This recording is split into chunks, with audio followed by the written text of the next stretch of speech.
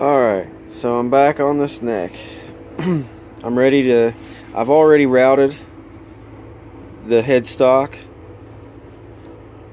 I did the same masking tape super glue trick where you masking tape both sides and then glue the masking tape to itself with super glue.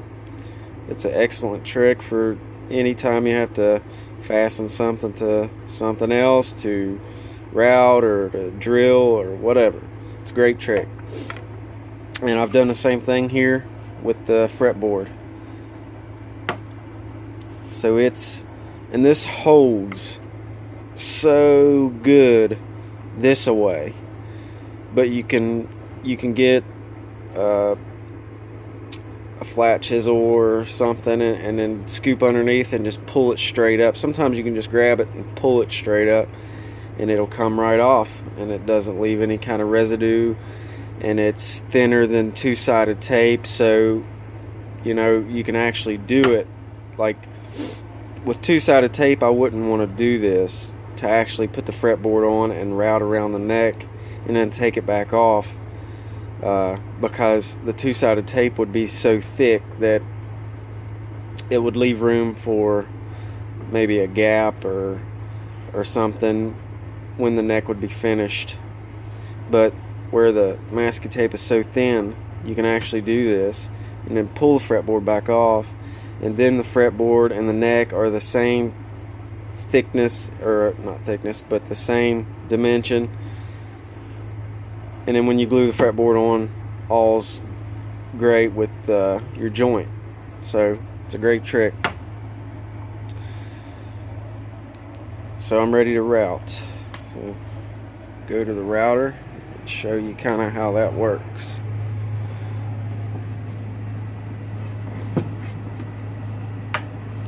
So there's a bearing right here that rolls, and what happens is that bearing rides the fretboard and cuts off what's proud on the neck, and that's it. Sorry for the shakiness.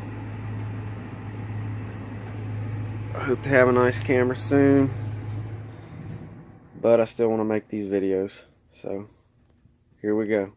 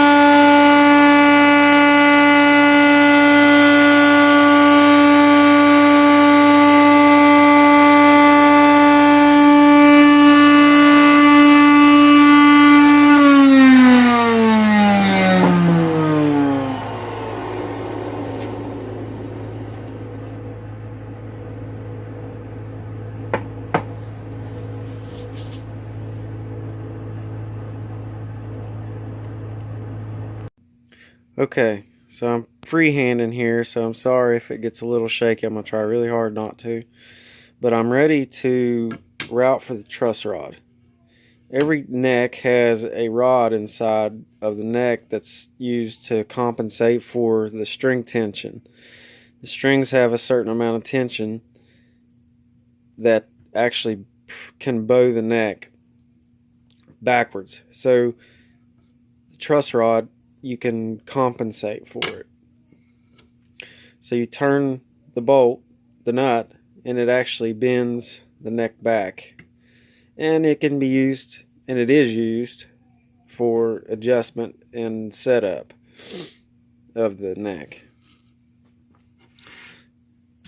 And what it'll look like when it's all said and done is something similar to this. So that's the access hole for this right here. And I actually retrieved this truss rod from another neck that was kind of junk. Not one that I made, but so I've took the shrink wrap off and cleaned it up real good, and I'm going to put new shrink wrap on it. But it works great, and I wanted to use it to actually show you how it works here in a second. But I'm going to route the truss rod with my copy carver.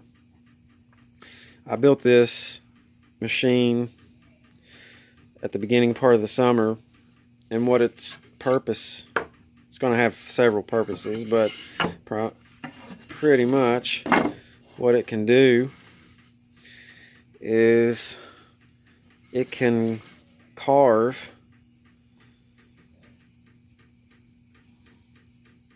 the stylus on the left, rides over some three-dimensional shape, and the other side, if you've got everything set up right, will actually carve out the same exact shape if everything's set up right. So it can go this, it's got 3 axes, well, kind of 2.5 axes really, but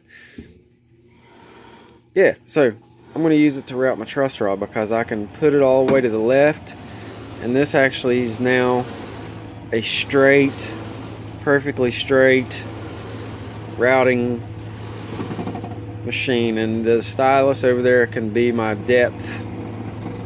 I've not done it like this before, but it occurred to me it'll work perfect, and I think you'll see that here in a minute.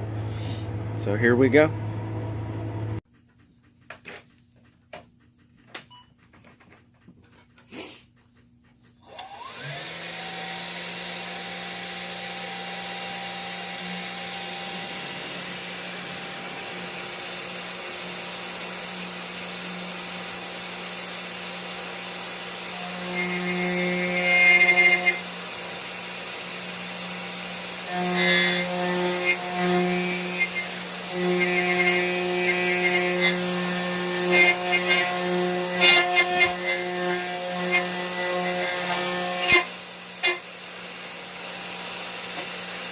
Taking a little bit too much of a bite, so I'll give myself a little bit right there.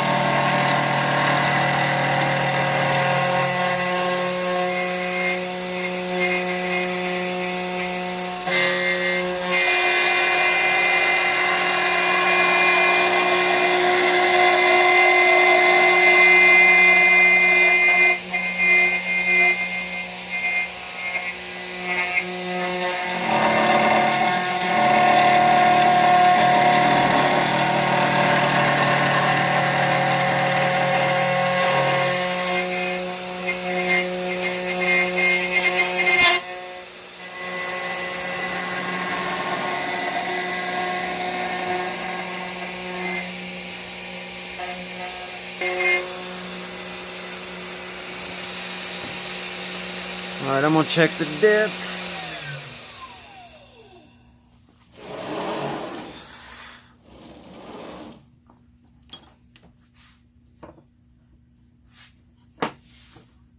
Still got a ways to go.